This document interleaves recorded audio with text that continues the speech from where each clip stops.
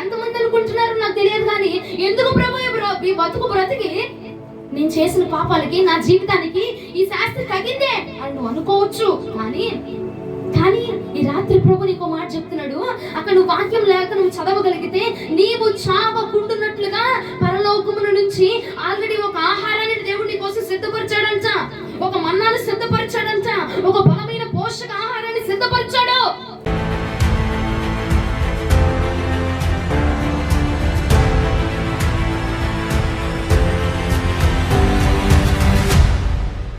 యోహాను సువార్త 6వ అధ్యాయం 47వ వచనం నుండి 51వ వచనం వరకు ఒకసారి ధ్యానం చేద్దాం.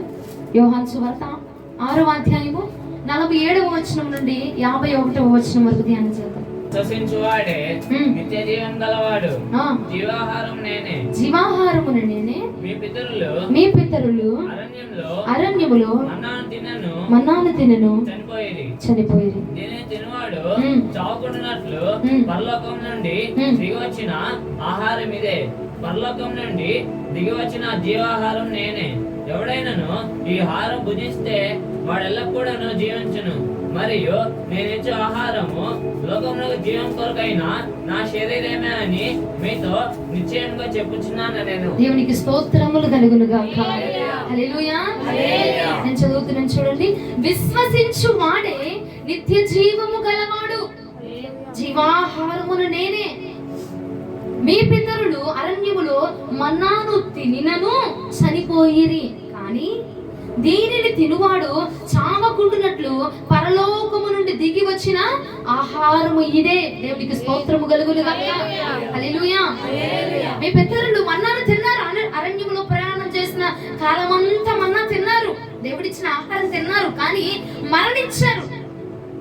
వాళ్ళు ఏమయ్యారు? మరణించారు. కానీ నీవు బ్రతుకున్నట్లుగా, నీవు చనిపోకుండానట్లుగా నీవు ఏం చేయాలంటే దేవుడు ఇచ్చేటువంటి ఆహారమును భుజించాలంట. అని అంటున్నాడు, జీవాహారమును నేనే. ఈ ఆహారాన్ని భుజించిన వాడు మరణమును రుచి చూడడు, దీనిని తినువాడు చావకుంటున్నట్లు పరలోకము నుండి దిగి వచ్చినటువంటి ఆహారం ఇది. మనుషుల దగ్గర నుంచో లేదంటే ఈ బైబిల్ గ్రంథంలోంచి నీకు వచ్చి చెప్తున్నది కాదట, ఇది పరలోకములో నుంచి దిగి వచ్చినటువంటి ఆహారము. దేవునికి స్తోత్రం కలుగును గాక. పరలోకం నుండి దిగి వచ్చిన జీవాహారమును నేనే. ఎవడైనాను ఈ ఆహారమును భుజించితే వాడెల్లప్పుడూ జీవించును. మరియు నేనిచ్చు ఆహారము లోకమునకు జీవము కొరకైన నా శరీరమే అని మీతో నిశ్చయముగా చెప్పుచూ ఉన్నాను. దేవుడు అంటున్నాడు, అరణ్యములో నీ యొక్క పితరులందరూ ప్రయాణం చేశారు నాన్న. దాదాపు 40 సంవత్సరాలు ప్రయాణం చేశారు, కానీ వారికి రోజు మన్నాను తిన్నారు, వాళ్ళకి ఏం తక్కువ అవ్వలేదు. ఆ ఆహారం తిన్నా వాళ్ళు మరణము రుచి చూశారు. అయితే నీవు చావకుంటున్నట్లుగా ఏం చేయాలి? మనము చాలా మంది ఆరోగ్యం కోసం ఈ ఫుడ్ తీసుకుంటే ఈ ఆహారం తీసుకుంటే బలంగుంటాము, ఈ ఆహారం తీసుకుంటే ఇంకా పుష్టిగా ఉంటాం, మనము ఈ ఫుడ్ తీసుకుంటే ఇంకా బాగా శరీరానికి బలం వచ్చింది, ఓపిక వచ్చిందని మనము రకరకాల ఆహార పదార్థాలను తింటా ఉంటాం, స్వీకరిస్తూ ఉంటాం. అయితే ప్రభు అంటున్నాడు, నీ పితరులు తిన్నారు, నేను ఇచ్చిన ఆహారమే, అది మన్నానే తిన్నారు, వాళ్ళు మరణించారు, కానీ నీకు నేను ఇస్తున్న ఈ జీవాహారం ఉన్నది చూసావా, ఇది నీకు దీనిని తినగలిగితే గనక నీకు చావకుండానట్లుగా ఇది నేను జీవింపజేసే ఆహారము, ఈ జీవాహారముని నేనే నేను జీవింప చేయబోతున్నాను. దేవునికి స్తోత్రం కలుగును గాక. హల్లెలూయా. ఎందుకు దేవుడు ఈ జీవాహారాన్ని నీకు ఇస్తున్నాడంటే నీవు జీవించిన వాడవై ఉండాలంట. మనము మరణమును రుచి చూడకుండా అయ్యా చనిపోకుండా ఉంటామా? మరణం రాదా అంటే చచ్చిపోకుండా ఉండాలంటే దేవుడిచ్చి ఆహారం తింటే సరిపోద్దా? మన ఆహారం ఎక్కడ దొరికింది అంటే అక్కడ దేవుడు ఆ వచనంలో అంటున్నాడు, ఇది పరలోకము నుంచి దిగి వచ్చినటువంటి ఆహారము. అంటే ఇది ఎక్కడ దొరికింది? మనకి పరలోకములో దొరికింది. పరలోకంలో మనకి ఆహారం దొరుకుతుంది. ఈ ఆహారం మనల్ని ఏం చేసిందంటే బ్రతికించిందని చెప్పండి అందరూ. బ్రతికించిందంట.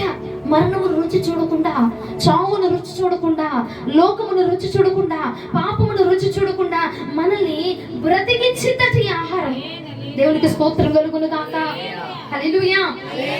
ఏమంటే ఈ పాపము అన్నది మనం రుచి చూడకుండా ఉండాలంటే ఈ జీవాహారాన్ని మనం తీసుకోవాలంట.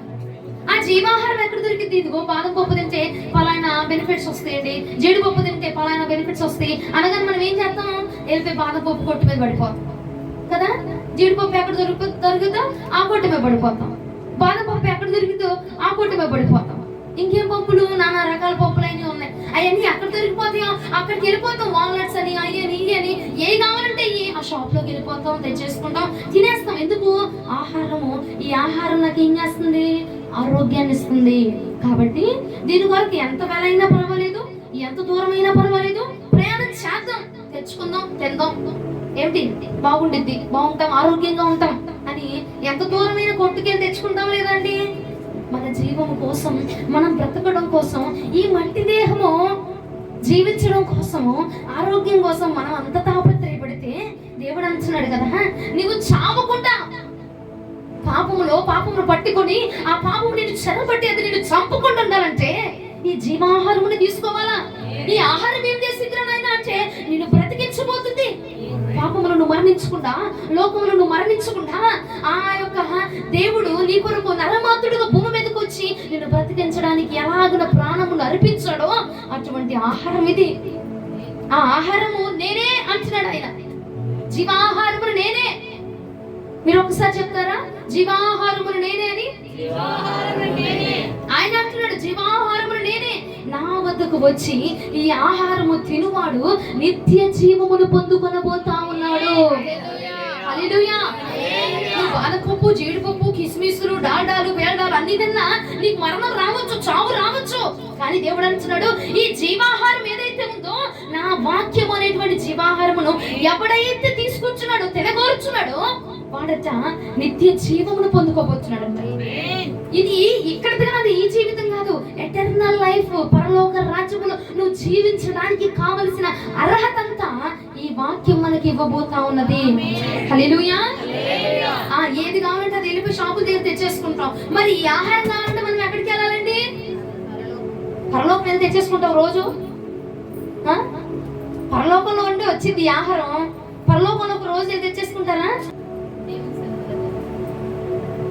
పరలోకం నుండి దిగొచ్చింది ఆహారం. ఎందుకు వచ్చిందంట? మనము చనిపోకుండా, మనము బ్రతుకున్నట్లుగా. అక్కడ చూడు, మీ పితరులు అరణ్యములో మన్నాను తినను చనిపోయారు, దీనిని తినువాడు చావకుండునట్లు పరలోకము నుండి దిగి వచ్చిన ఆహారం ఇదే. నువ్వు బ్రతకాలంటే పరలోకములో నుండి వచ్చే జీవాహారమును తీసుకోవాలి. రోజు నీకు ఒక డైట్ ప్లాన్ ఇస్తున్నాడు దేవుడు. నువ్వు బ్రతకడానికి, నువ్వు జీవించడానికి, నువ్వు ఆరోగ్యంగా ఉండడానికి, లోకంలో పడిపోకుండా, పాపంలో పడిపోకుండా, లోకాశల్లో పడిపోకుండా, నేత్రాశల్లో పడిపోకుండా, ఎవరి బిడ్డలు తొట్టిల్లిపోకుండా ఉండాలంటే ఈ ఆహారం తీసుకోవాలంట. యవనస్తులారా, ఏం తీసుకోవాలి? ఈ ఆహారం తీసుకోవాలి. మరి ఈ ఆహారం ఎక్కడ దొరికిందా అన్న? బియ్యం అంటే బియ్యం కొట్టుకెళ్ళి తెచ్చుకుంటావు, సరుకులు అంటే సరుకులు కొట్టుకెళ్ళి తెచ్చేసుకుంటున్నావు. మరి పరలోకంలో నిన్ను జీవింపజేసేటువంటి ఈ ఆహారం ఎక్కడ దొరికిందంటే ఆయన పాదాల సన్నిధిలో మనకి నిత్యము దొరకబోతుందటండి. దేవునికి స్తోత్రం కలుగును గాక. హల్లెలూయా. మనకంటే విలువైన ఆహారం తింటున్నారు. మనం తినే ఆహారం కంటే చాలా మంచి, చాలా పోషకాలు ఉన్న ఆహారం తింటున్నారు. కానీ వారు ఏం చేస్తున్నారు? మరణముల రుచి చూస్తున్నారు. కానీ రాత్రి ప్రభు అంటున్నాడు కదా, నువ్వు బ్రతకాలి అన్న. ఎలా బ్రతకాలి? పరిశుద్ధుడిగా బ్రతకాలి. ఎలా బ్రతకాలి? క్రీస్తు మాదిరిగా బ్రతకాలి. అయ్యా, నేనేం తినాలి ఈ రోజున? ఏం వాక్యం చదవాలి? ఏ వాక్యం ద్వారా నువ్వు నాతో మాట్లాడబోతున్నావు ఇవాళ? ఆ వాక్యము నన్ను, నా ఆత్మకు జీవాన్ని ఇవ్వబోతుంది, నా ఆత్మను బలపరచబోతుంది, నా ఆత్మ సజీవముగా బ్రతకబోతుంది.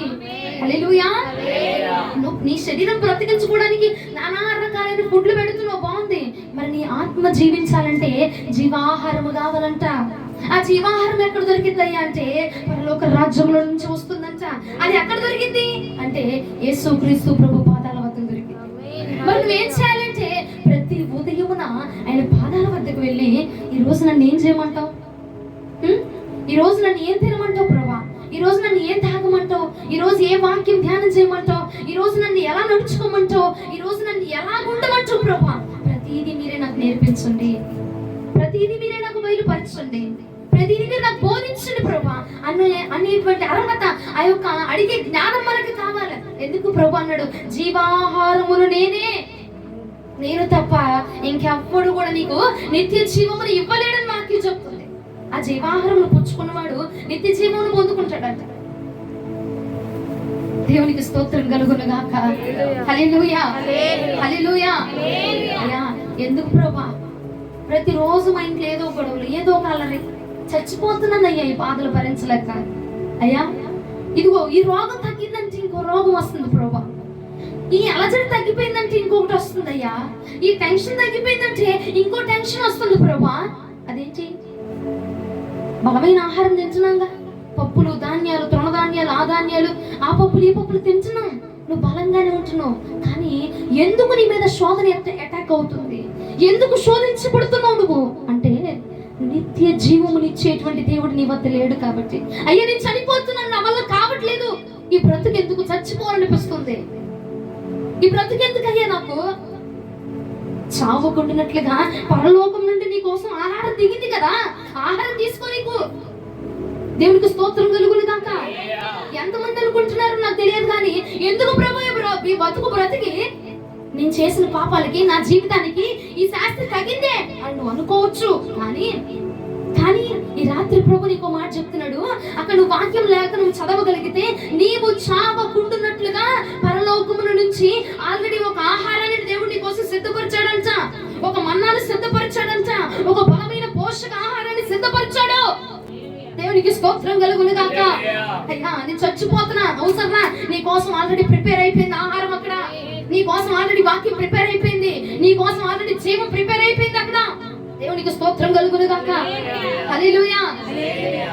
మీకు ఎవరికి అర్థం కావట్లేదని నాకు అర్థమైంది. కానీ ఎంతమంది బాధలో ఉండి, ఎంతమంది శోధనలో ఉండి, నేను చచ్చిపోవాలి ప్రభా, నాకు ఎందుకు ఈ బ్రతుకు, అయ్యా నా ఈ జీవితానికి నాకు ఇది తగిన శాస్త్రే, నిన్ను అనుకోవడం తగదు, నా బ్రతుకు ఎందుకు ఇలా పెట్టావు, నాకు ఎందుకు ఈ రోగాలు పెట్టావు, నన్ను ఎందుకు ఇలా పాపంలోకి లాగుతున్నావు అని నేను నిన్ను ప్రశ్నించేంత అర్హత నాకు లేదు.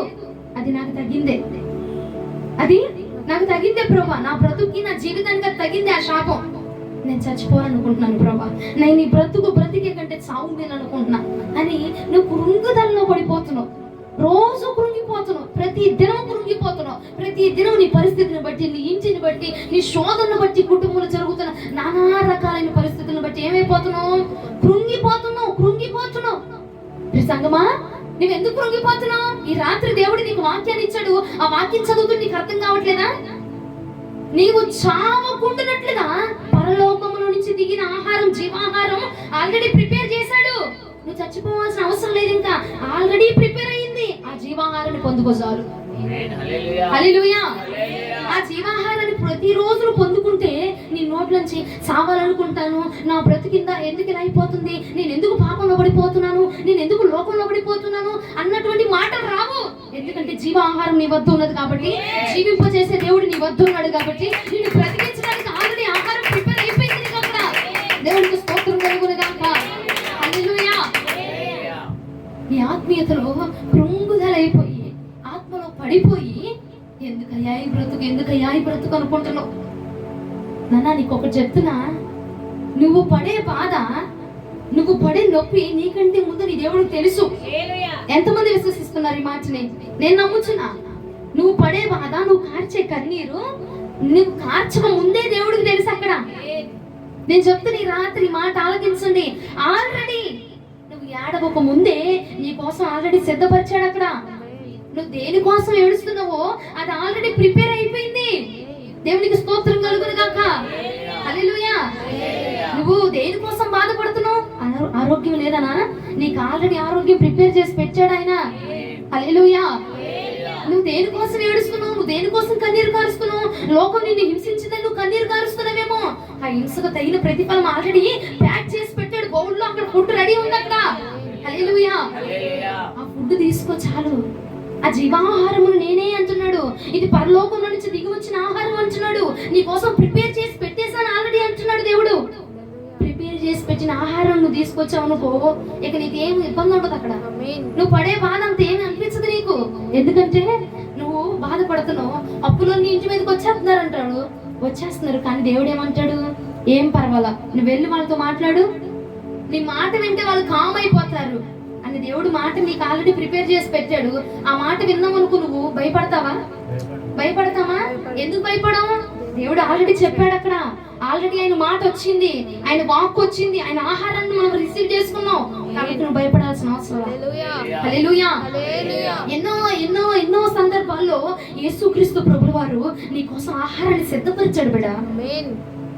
నువ్వేం చేస్తున్నావంటే ఆహారం నెట్టివేస్తున్నావు, జీవాహారమును నెట్టివేస్తున్నావు. ఆయన నీ కోసం బోలెడు మాటలు సిద్ధపరిచాడు, నీ జీవితానికి కావలసిన ఆహారం సిద్ధపరిచాడు, నీ బాధకు కావలసిన ధైర్యాన్ని సిద్ధపరిచాడు. నానా నువ్వు కృంగిపోతున్నావు కదా, ఆ కృంగుదలలో నీకు కావలసిన ఓదార్పును ఆల్రెడీ ప్రభు సిద్ధపరిచాడు. నానా నువ్వేం చేస్తున్నావు? ఆయన వద్దకు వెళ్తే అది దొరికింది నీకు. మనుషుల వద్దకు వెళ్తే దొరకదు, మానవుల వద్ద దగ్గరికి వెళ్తే దొరకదు నీకు, ఇంకెక్కడికో వెళ్తే దొరకదు. ప్రతి ఉదయమున జీవాహారము నేనే ఆయన ప్రభు చెప్తున్నాడు కనుక ఆయన పాదాల వద్దకు వెళ్తే నువ్వు చావవసరం లేదు. ఇంకా యేసునామములో చనిపోవసరంలా, నీకు చావకున్నట్లుగానే ఆల్రెడీ సిద్ధపరిచాడు. నువ్వు కన్నీరు కార్చకూడదని ముందే సిద్ధపరిచాడు, నువ్వు బాధ పడకూడదని ముందే సిద్ధపరిచాడు నాన్న. కానీ మనం ఏం చేస్తున్నామంటే ఆయన వద్దకు వెళ్ళట్ల, ఆ జీవాహారం పొందుకోవట్లా. నీ మీదకి నీ ఇంటి మీద శోధన వస్తుంది, ఆ శోధన ప్రభువుకి తెలుసు ముందే. దానికి తగిన దానికి కావలసిన ధైర్యాన్ని, దానికి కావలసిన ఆలోచన శక్తిని ఆల్రెడీ ప్రిపేర్ చేశాడు దేవుడు. ఆ శోధన ఎలా ఎదుర్కోవాలి, ఆ రోగాన్ని ఎలా ఎదుర్కోవాలి, ఎవరితో మాట్లాడితే నీ చేతిలో డబ్బులు పడతాయి, ఎవరితో మాట్లాడితే నువ్వు ఈ శోధన నుంచి బయటికి రాగలవో అంత ప్రిపేర్ చేశాడు. అర్థమైందా? ప్రిపేర్ చేసిన ఆయన దగ్గరికి నువ్వు తెచ్చుకున్నావు అనుకో, నువ్వు ఎటువంటి టెన్షన్ పడాల్సిన అవసరం. హ్యాపీగా తెచ్చుకొని తిను, హ్యాపీగా జీవాన్ని పొందుకో, హ్యాపీగా ఆ మాటల బలాన్ని పొందుకోవచ్చు. కానీ మనం ఏం చేస్తామంటే శోధన రాగానే మనకు ముందు దేవుడు గుర్తురాడు, మనుషులు గుర్తొస్తారు, ఇరుగు పొరుగులు గుర్తొస్తారు. అనారోగ్యం రాగానే ముందుగా డాక్టర్లు గుర్తొచ్చేస్తాడు, దేవుడు గుర్తురాడు. దేవుడు మాట మనకు గుర్తురాదు. దేవునికి స్తోత్రం కలుగునుగాక. జీవాహారము నా యేసుక్రీస్తు ప్రభువు వారు. అది ఎక్కడి నుంచి వచ్చిందంటే ఆహారము ఎక్కడి నుంచి వచ్చిందండి? పరలోకములో నుండి వచ్చిందంట. మనుషుడు సిద్ధపరచలా. అమ్మా నువ్వు కన్నీరు కారుస్తూ అయ్యగారి దగ్గరికి అమ్మగారి దగ్గరికి వచ్చే గానీ అమ్మగారిని నెత్తి మీద చేయబెట్టేసి ఇదిగో యేసు నామములో నీ పట్ల ద్వారములు తెరవబోతున్నాడు అని ఊగిపోయి చెప్పట్లేదు. అది ఆల్రెడీ ఆ మాట పరలోకంలో నుండి నీ కొరకు ప్రిపేర్ అయిపోయింది అక్కడ. దేవునికి స్తోత్రము కలుగునుగాక. అందుకోసం దేవుడు ఆ జీవాహారాన్ని నీకు ఇచ్చేస్తాడండి. దేవునికి స్తుతి ఘన మహిమలు కలుగునుగాక. మీ అందరికి ఓపికనిచ్చును గాక, దేవుడు బలమునిచ్చును గాక. దేవునికి స్తోత్రం కలుగునుగాక. ఆ అమ్మగారు ఉద్రేకంతో ఓపలేదు నిన్ను. ఆల్రెడీ దేవుడు ఆ మాట నీ కోసం సిద్ధపరిచాడు, ఆ ఆహారం సిద్ధపరిచేశాడు. కాబట్టి అది ఈ పూట నీ మీదకి వచ్చేస్తుంది ఆహారం. దేవునికి స్తోత్రం కలుగునుగాక. హల్లెలూయా, హల్లెలూయా. రెండు చేతులు పైకి చెప్తారు ఒకసారి. ఎంతమందికి చేతులు కాలు సభ్యంగా దేవుడు ఇచ్చాడు కదా, రెండు చేతులు పైకి ఎత్తి హల్లెలూయా బిగ్గరగా చెప్తామా? దేవునికి స్తోత్రం కలుగునుగాక. దేవునికి స్తోత్రం కలుగునుగాక. దేవునికి స్తోత్రం కలుగునుగాక. ఎన్నో సార్లు నువ్వు ఇబ్బంది వచ్చిన ప్రతిసారి దేవుడి దగ్గరికి వెళ్ళామా? అనారోగ్యం వచ్చిన ప్రతిసారి ముందుగా దేవుడిని కన్సల్ట్ అయ్యామా? నీకు ఒక చిన్న చిట్క ఏమైనా వచ్చినా ముందు నువ్వు పక్కింటి వాళ్ళకో ఇరుగు పొరుగు వాళ్ళ దగ్గరకో లేదంటే నీ కుటుంబంలో వాళ్ళ దగ్గరికి వెళ్ళబాక. ముందు ఈ డాక్టర్ని కన్సల్ట్ అయ్యే వరకు అది చిన్న రోగమా, డెంగ్యూవా, మలేరియాను ముందు తేల్చి చెప్పేస్తాడు ఆయన. జాతకాలు చెప్పే వాళ్ళ దగ్గరికి, తాళాలు వేసే వాళ్ళ దగ్గరికి, గుత్తులు ఇసిరే వాళ్ళ దగ్గరికి వెళ్ళబాక, రాళ్ళు ఇసిరే వాళ్ళ దగ్గరికి అసలు వెళ్ళబాక.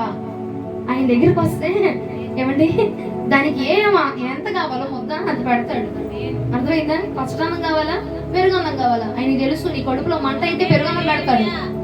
నీ కడుపులో మంట ఉందనుకో, నీ కలలో మంట ఉందనుకో, నీ బాధకు తగిలిన చక్కని ఆహారం దేవుడు పెడతాడు అక్కడ. ఎంతమందికి అర్థమవుతుంది? హల్లెలూయా చెప్తారా? దేవునికి స్తోత్రం కలుగునుగాక. ఈ ఆహారము నిన్ను పరలోకంలోనే కాదు ఈ లోకములోనూ కూడా బ్రతికించిందంట. లోకమునకు జీవము కొరకై నీ కొరకు ఏర్పాటు చేయబడిన ఈ ఆహారం. ఈ ఆహారం పుచ్చుకున్నవాడు పరలోక రాజ్యంలో మాత్రమే బ్రతుకుతాడు కదా. అప్పుడు చూసుకుందాం కాదు. నువ్వు ఈ లోకములో సాతాను శోధన ఎదుర్కోవాలన్నా, పాపాన్ని జయించాలన్నా, లోకాన్ని జయించాలన్నా ఈ ఆహారం మనకు అవసరమే. ఈ ఆహారం ఏం చేస్తుందంటే నువ్వు పాపంలో పడిపోకుండా నీకు మార్గం చూపిస్తుంది. నీ వాక్యము నా పాదములకు దీపమయ్యా. నేను వెళుతున్న మార్గాలు చీకటి మార్గాలు అనుకో, నీ వాక్యం ఏం చేసిద్ది? నన్ను సరిచేసిద్ది. ఆ మార్గంలో వెళ్ళనివ్వకుండా, ఆ చీకటిలో పడిపోకుండా. ఆహారము నిన్ను చీకటిలో పడిపోకుండా కాపాడబోతుంది. దేవునికి స్తోత్రం కలుగును. హల్లెలూయా. లోకములో శ్రమల్లో మరణించకుండా నిన్ను బ్రతికింప చేసేది జీవాహారము అని అంటున్నాడు. అందుకే జీవాహారం ఎక్కడో లేదు నాన్న, ఎక్కడో లేదు. మనం అనుకుంటాం ఆదివారం జీవాహారం ఎక్కడుంది అంటే, ఆదివారం మా మందిరంలో పాస్టమ్మ గారు చెప్తారు అదే జీవాహారం. గురువారం మా మందిరంలో అమ్మగారు చెప్తారు అదే జీవాహారం. ఆదివారం అయ్యగారు చెప్తారు అదే జీవాహారం. అంటే ఆ ఒక్కరోజే బతుకుతావా? ఆ ఒక్కరోజే నిత్య జీవం కావాలా నీకు? ఆ ఒక్కరోజే నీకు శ్రమల్లో చేయం కావాలా? ఆ ఒక్కరోజు ఆరోగ్యం కావాలంటే ప్రతిరోజు ఆరోగ్యం కావాలి కదా, ప్రతిరోజు నీకు బలం కావాలా? ప్రతి ఉదయమున ప్రభు పాదాల వద్దకు వెళ్ళిపోవాలి. అయ్యా నువ్వు నా కొరకు ఏం సిద్ధపరిచావు? ఇవ్వాలా నా శ్రమల్లో ఎలాంటి ధైర్యాన్ని నా కోసం ఏర్పాటు చేసావు? నా ఓటమిలో నేను ఆ ఓటమిని ఎదుర్కొని గెలుపు పొందుకోవాలంటే నువ్వు నాకు ఎలాంటి ఆహారం సిద్ధపరచావు ప్రభా? ఎలాంటి ఆహారం సిద్ధపరచావు? వెతుకు వెతుకు. ఆయన పాదాల దగ్గర దొరకనదంటూ ఏది లేదు. ఎందుకు మారట్లేదు నీ భర్త? సమాధానం ఆయన పాదాల దగ్గర ఉంది తల్లి, ఎక్కడా లేదు. చింతకాయలేసేవాడి దగ్గర లేదు, అట్టికాయలేసేవాడి దగ్గర లేదు. ఆయన పాదాల దగ్గర ఉంది నీకు సమాధానం. ఎందుకు నా బ్రతికిలా అయిపోయింది? ఆయన పాదాల దగ్గర ఉంది సమాధానం. ఎందుకు నాకు ఈ అనారోగ్యం ఒకటి తర్వాత ఒకటి? ఎందుకు నాకు ఈ జీవితం ఎందుకు ఇలా అయిపోతుంది? ఆయన పాదాల దగ్గర ఉంది సమాధానం. ఎన్ని ఉదయములు ఆయన పాదాల దగ్గర ఉన్న జీవాహారంలో పొందుకోకుండా నువ్వు దాటి వెళ్ళిపోయావో నాకు తెలియదు, కానీ ఈ రాత్రి ప్రభు చెప్తున్నాడు, ఈ ఉదయం నుంచి రేపటి నుంచి గనక ఈ జీవాహారమును ఈ రోజు నుంచే నువ్వు పొందుకోవడానికి ఇష్టపడితే నీ సమస్యకు తగిన ఆహారం దేవుడు దగ్గరికి ఇచ్చేస్తాడు. నీ ఆరోగ్యానికి కావాల్సిన ఆహారం ఇస్తాడు. పాపంలో పడిపోకుండా నీకు ఆహారం ఇస్తాడు. లోకంలో పడిపోకుండా ఆహారం ఇస్తాడు. లోకం వైపు చూడకుండా ఆహారం ఇస్తాడు. నీకు బ్రతకడానికి కావలసిన ఆహారము నా ప్రభు చేతుల్లోనే ఉందంటే కొట్టి బిడ్డగా చెప్పండి. దేవునికి స్తోత్రము కలుగును గాక, స్తోత్రము కలుగును గాక, స్తోత్రము కలుగును గాక. నువ్వు జీవించినట్లుగా పరలోకములో నుండి దిగి వచ్చినటువంటి ఆహారం ఇది. బ్రతకాలనుకుంటున్నాను. ఎలా బ్రతకాలి? పరిశుద్ధంగా బ్రతకాలనుకుంటున్నాను. అయ్యా పాపంలో బ్రతకూడదు, నేను పాపంలో జీవించకూడదు, నేను లోకంలో జీవించకూడదు. నేను మంచిగా ఉండాలి, నీతిగా ఉండాలి, యథార్థంగా ఉండాలి. నా ఇల్లంతా నిన్ను సేవించాలి. దేవా నేను ఒక్కదాన్నే కాదు, నేను నా ఇంటి వారు నిన్ను సేవించాలి. అవునా? ఆశ ఉంది. మరి దానికి సమాధానం ఎక్కడి నుంచి వచ్చిందండి? అడుగాయండి. ఏంటి నా ఇల్లు నేను సేవించకుండా ఉండడానికి గల కారణం ఏంటి? ఏముంది? నా బిడ్డలు మారకపోవడానికి కారణం ఏంటి ప్రభా? నా ఇల్లు అయిపోవడానికి గల కారణం ఏంటి? వెతుకు. ఆయన పాదాల దగ్గర వెతుకు. ఒక స్త్రీ అట 10 వెండి నాణములు ఇస్తే ఒక నాణములు పోగొట్టుకుందట. రాత్రంతా కూడా లాంతరు వెలిగించుకుని రాత్రంతా వెతుకుతా ఉందంట. రాత్రంతా వెతుకుతుందంట. మంచం కింద పడిందా, కొంచెం కింద పడిందా, అరమరలో పడిందా, బెడ్ కింద పడింది, ఎక్కడ పడిపోయిందో అని చెప్పి రోజంతా రాత్రంతా వెతుకుతూ ఉందంట. వెతకగా దొరికిందట. హల్లెలూయా. బిడ్డా నీ జీవితంలో ఏం తగ్గిందో, ఏం కొద్దువైపోయిందో నీ బ్రతకాలు అయిపోవడానికి వెతుకు ప్రభు పాదాల దగ్గర. ఆయన దగ్గర వెతికితే దొరకనదంటూ ఏది లేదు. హల్లెలూయా. ఆయన దగ్గర నీకు కావాల్సిన ఆహారం ఉంది, నీకు కావాల్సిన ఆలోచన ఉంది, నీకు కావాల్సిన ధైర్యం ఉంది, నీకు కావాల్సిన ఆరోగ్యం కూడా ఆయన దగ్గరే ఉంది. వెతుకు. జీవాహారం కావాలంటే ఆయన దగ్గరికి వెళ్ళాలి. అప్ప వెళ్ళినట్టుగా ఏది మంచి చెడ్డల తెలివినిచ్చే చెట్టు దగ్గరికి వెళ్ళబాక. అవి ఎక్కడికి వెళ్ళింది చూడు. ఆదికాండం 2వ అధ్యాయం 9వ వచనం. ఆదికాండము 2వ అధ్యాయము 9వ వచనము. మరియు దేవుడైన యెహోవా చూపునకు రమ్యమైనదియో ఆహారమునకు మంచిదైన ప్రతి వృక్షమును ఆ తోట మధ్యను జీవ వృక్షమును మంచి చెడ్డ తెలివినిచ్చే వృక్షమును నేల నుండి మొలిపించాను. మరియు మొలిపించాడంట. మంచి చెడ్డల తెలివినిచ్చే వృక్షాన్ని కూడా అన్ని చెట్లతో పాటు దీన్ని కూడా పెట్టండి. పెడితే ఏమేం చేసిందంట? ఆదికాండం 3వ అధ్యాయం 6వ వచనం చదువు.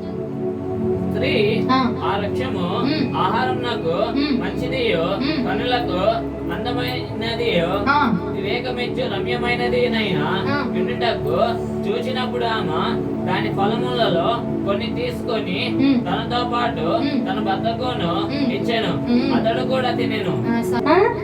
ఆమె తింటే తిని వచ్చింది, ఆమె తినకుండా తీసుకొచ్చి అయ్యా అయ్యా నేను తిన్నాను నువ్వు కూడా తిను, ఎర్రగొంది బుర్రగొంది చాలా బాగుంది అని తీసుకొచ్చి భర్తకు కూడా తీసుకొచ్చి పెట్టిందంట. ఇప్పుడు ఏమైంది? మొత్తం మన ఆహారం కొరకు తండ్రి వద్దకు వెళ్ళకుండా అయ్యా నువ్వు నాకు అన్ని చెట్లు పెట్టావు కదా, మనకు మనుషులందరికి అత్యాస ఉన్నది సరిపోదు, లేనిది కావాలి మనందరికి కదా కదండి. అమ్మమ్మ కూడా అట్లాగే ఉన్న చెట్లన్నీ వదిలేసింది, పోయి దేవుడు ఏదైతే వద్దన్నాడో ఆ చెట్టు దగ్గరికి వెళ్ళి నాకు అదే కావాలని చెప్పి పను తెచ్చుకోవడం పాటు భర్తకు కూడా తెచ్చి అంటించిందంట. ఇద్దరు తిన్నారు, ఏం కోల్పోయారు? నిత్య జీవాన్ని కోల్పోయారు, మహిమ వస్త్రాన్ని కోల్పోయారు, ఏదైనా తోటను కోల్పోయారు, మంచి జీవితాన్ని కోల్పోయారు, మంచి బతుకును కోల్పోయారు. సంగమా మంచి చెడ్డలు తెలివినిచ్చే వృక్షం వద్దకు వెళ్ళిపోయిందంట అమ్మమ్మ. మరి మనం ఎవరి దగ్గరికి వెళ్ళిపోతున్నాం చూడు, బాధ రంగాని శ్రమ రంగాని దేవుడి వద్దకు వెళ్ళు. నీకు ఆకలి వేసినప్పుడు ప్రభు పాదం దగ్గరికి వెళ్ళిపో. అయ్యా నా ఇంట్లో నిండుగా బియ్యం ఉన్నాయ్యా, ఇంట్లో నిండుగా కూరగాయలు ఉన్నాయ్యా, ఇక నీ పాదాల దగ్గరికి ఎందుకు నేను వచ్చేది? సత్వంగా అన్నం కూర ఉండేసుకుని తినేస్తున్నాను. నేను ఆ ఆహారం కోసం మాట్లాడలేదు, నీ ఆత్మకు కావలసిన ఆకలి, నీ ఆత్మకు ఆకలి వేసిందా ఆయన పాదాల దగ్గరికి వెళ్ళు. ఆయన పాదాల దగ్గర నీకు కావలసిన జీవాహారం ఉంది.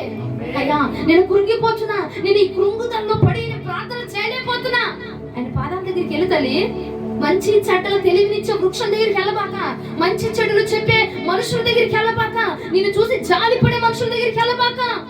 ఆయన దగ్గరికి వెళ్ళు. ఆయన దగ్గర జీవాహారం ఉన్నది. నీ కరువులో కావాల్సిన ఆహారం ఆయన దగ్గర ఉంది కదా, మనుషుల దగ్గర లేదు.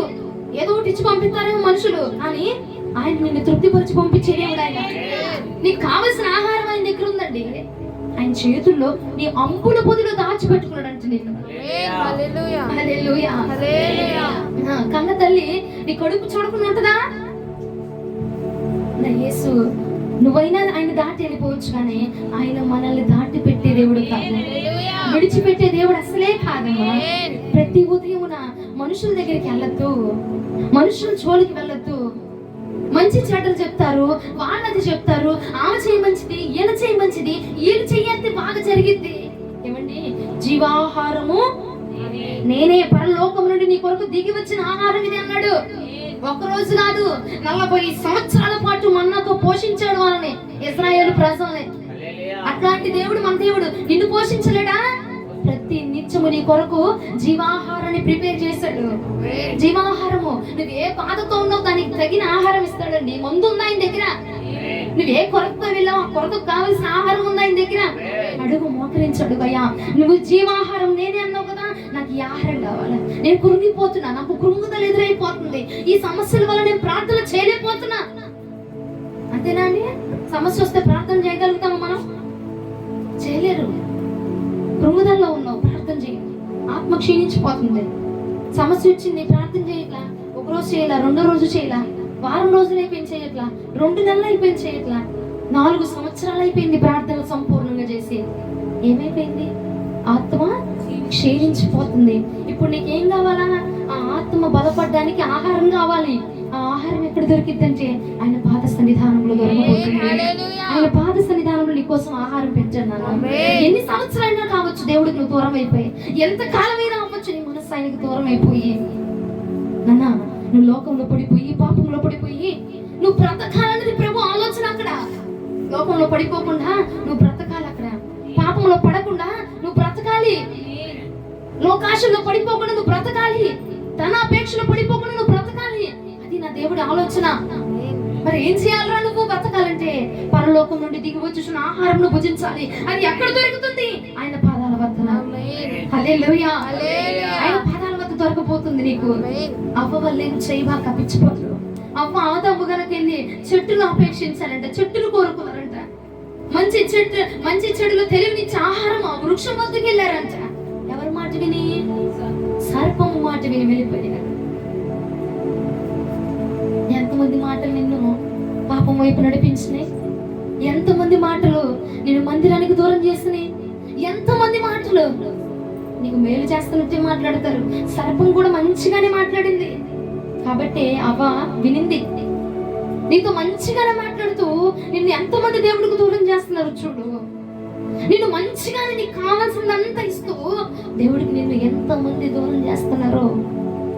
సగమా ఈ రాత్రి ప్రభు నీతోనే మాట్లాడుతున్నాడు, నీతోనే మాట్లాడుతున్నాడు. స్పిరిట్ ఆఫ్ గాడ్, నీకు వందనాలు, స్తోత్రాలు.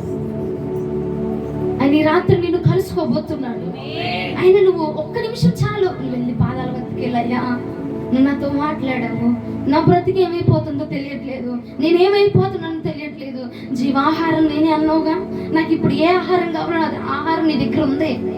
నేను క్షీణించిపోయా, నేను క్షీణించిపోతే నాకు ఏ ఆహారం కావాలి? ఆహారం నీ దగ్గర ఉంది, నాకు ఆహారం అందించరా అని ఆయన పాదాల దగ్గరికి వెళ్తే నిమిషం చాలండి, నిమిషం చాలు నీకు కావాల్సిన ఆహారం పెట్టడానికి. ఆయన గాయపడితే ఇప్పుడు ఆపరేషన్ జరిగితే ఒక రకమైన ఫుడ్ పెడతాడు, బాలంతకి ఒక రకమైన ఫుడ్ పెడతారు, జ్వరం వస్తే ఇంకొక రకమైన ఫుడ్ పెడతారు. అవునా అవునా? నీ సిచ్యువేషన్ కి తగిన ఆహారం పెడతాడు. ఆయన దగ్గర ఉంది నీ సిచ్యువేషన్ కి తగిన ఆహారం.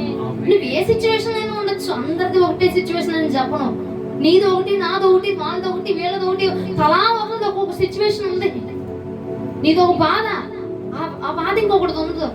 నీ బాధకు కావలసిన ఆహారం ప్రభు దగ్గర ఉంది. ఏమండి, ఎవరిని ఆశ్రయించదు, ఎవరిని నమ్మద్దు, ఎవరి వద్దకు వెళ్ళొద్దు. సోది చెప్తున్నారట, ఆమె వచ్చేసి చెప్పేసింది. 2 రాయిలు వేసేసారు, రాయిలు వేసి చెప్పేశారు. ఒక తాడు కట్టుకోమన్నారు, తాడు కడితే అంతా తెలిసిపోయింది. తాడు కడితే అంతా తెలిసిపోతే ముందు వాళ్ళ బతుకే మారింది కదా, నీ వద్దకు ఎందుకు రావడం? వాళ్ళు తాడు కడితే జీవితం మారిపోతుంటే ఆ తాడేదో వాళ్ళే కట్టుకొని వాళ్ళ జీవితాన్ని మార్చుకుంటారు కదా, నీ వద్దకు రావడం ఎందుకండి? నిత్య జీవం కలిగిన దేవుడు, ఆయన అందరి బ్రతుకులు మార్చగలిగిన దేవుడు అండి. ఆయన వద్దకు వస్తే ఎవరి జీవితాన్ని సరే మార్చిపోతాడు, ఎవరి జీవితాన్ని మారిపోతుంటే హల్లెలూయా. ఇందాక పాడడం కదే, ఏమైనా చేయగలవు కథ మొత్తం మార్చగలవు, నీ నామముకే మహిమంతా తెచ్చుకొందువు, ఏమైనా చేయగలవు, ఆయనకి ఏదైనా సాధ్యమే. దేవునికి స్తోత్రం కలుగును గాక. మారుస్తాడు మన జీవితాల్లో, మన కథ మార్చగలిగిన వాడు, మన కథ మార్చేస్తాడు. వ్యభిచారం చేసే స్త్రీ జీవితాన్ని మార్చాడు. వ్యభిచారం చేసే స్త్రీ అంటండి, అమ్మా నీకు ఎంతమంది భర్తలు, ఎంతమంది అంటే 5 భర్తలయ్యా అని చెప్పిందంట. నా బిడ్డ జీవితాన్ని మార్చిన దేవుడు ఈ రాత్రి నీ కథ మార్చలేడా? ఎస్, ఈ రాత్రి నా దేవుడు చెప్తున్నాడు, కొన్ని కథలు మారబోతున్నాయి, కొన్ని జీవితాలు మారబోతున్నాయి. ఈ రాత్రి వర్తమానం నీ జీవితమును మార్చబోతుంది. నేను రిసీవ్ చేసుకుంటున్నా.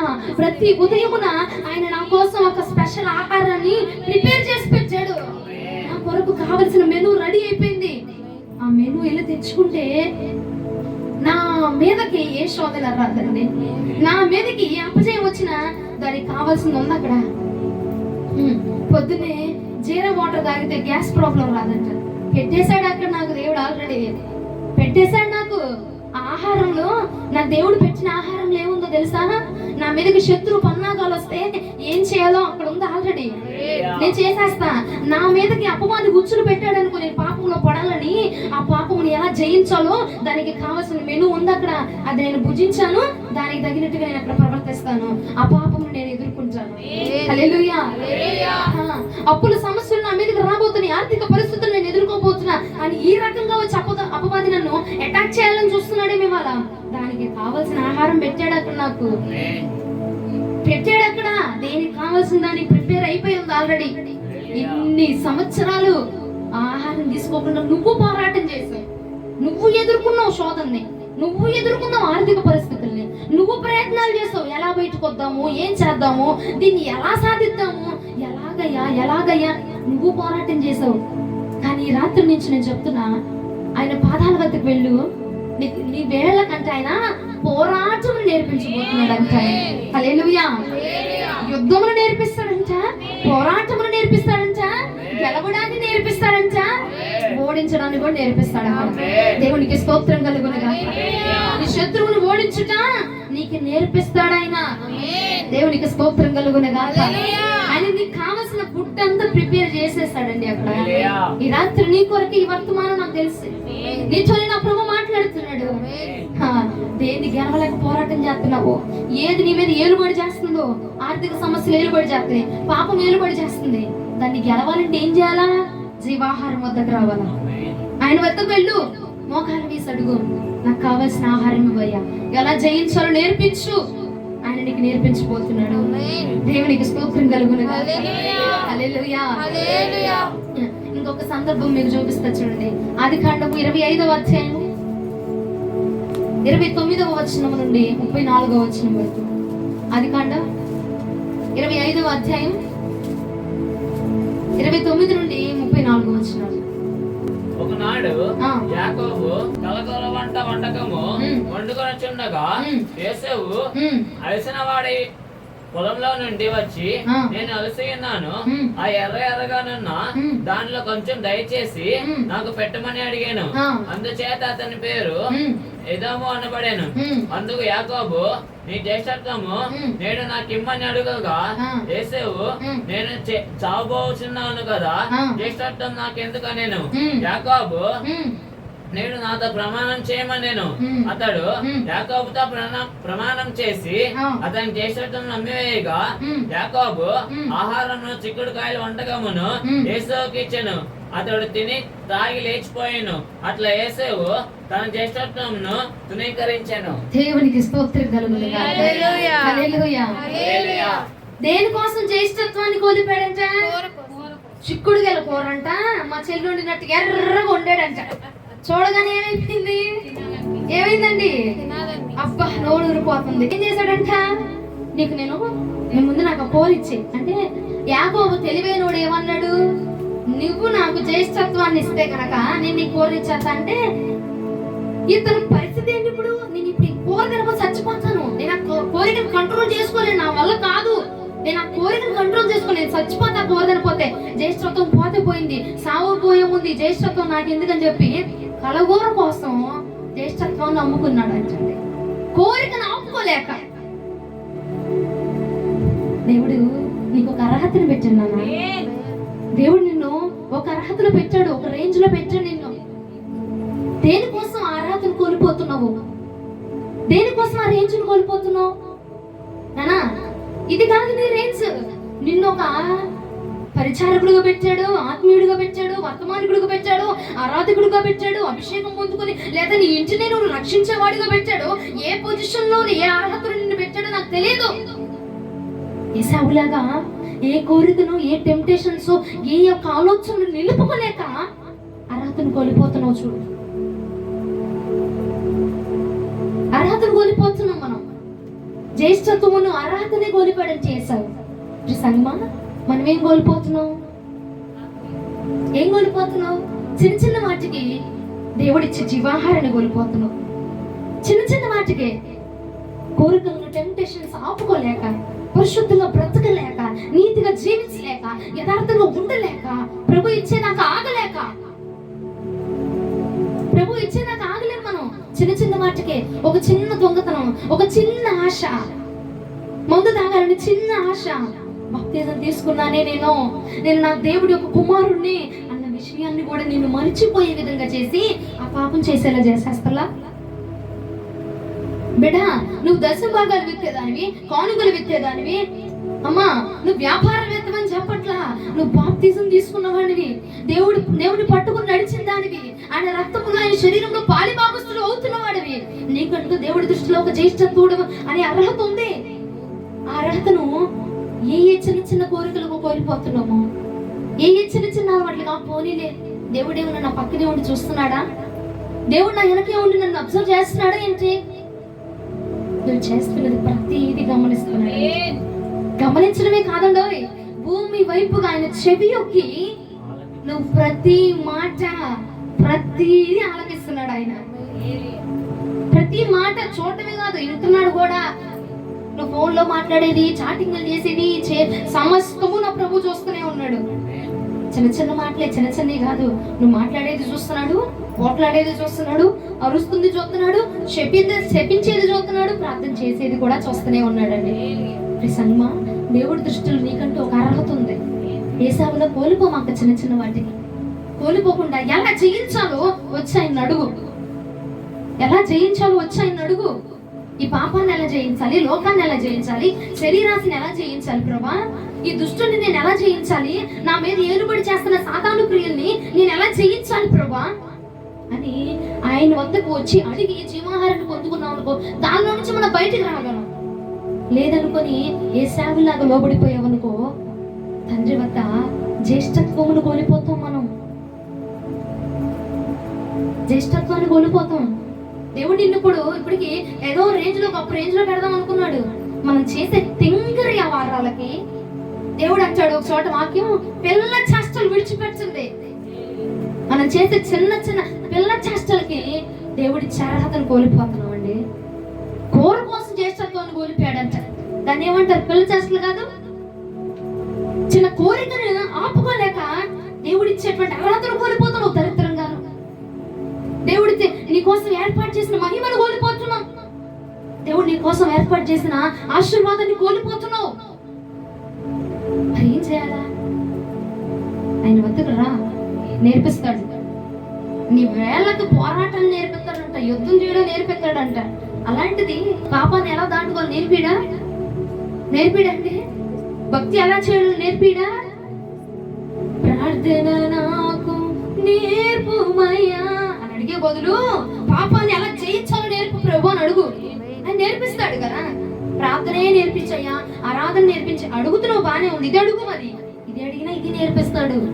దేవునికి స్తోత్రం కలుగును గాక. అంతెందుకండి, గొప్ప సేవకుడు, గొప్ప అపోస్తలుడు అంటాడు, అయ్యా వాళ్ళందరికీ బోధించి నేనే భ్రష్టుడనైపోతానేమో ప్రభా, నేనే భ్రష్టుడనైపోతానేమో. అందుకే ముందుగా జాగ్రత్త పడి నా శరీరమును నేను నల్లగా కొట్టుకుంటున్నాను, లోపరుచుకుంటున్నాను. హల్లెలూయా. చూడు, ఆఖరిగా మాట చూపించి నేను ముగిస్తాను. 1 కొరింథీయులకు రాసిన పత్రిక 9వ అధ్యాయము 27వ వచనం. 1 కొరింథీయులకు రాసిన పత్రిక 9వ అధ్యాయం 27వ వచనం.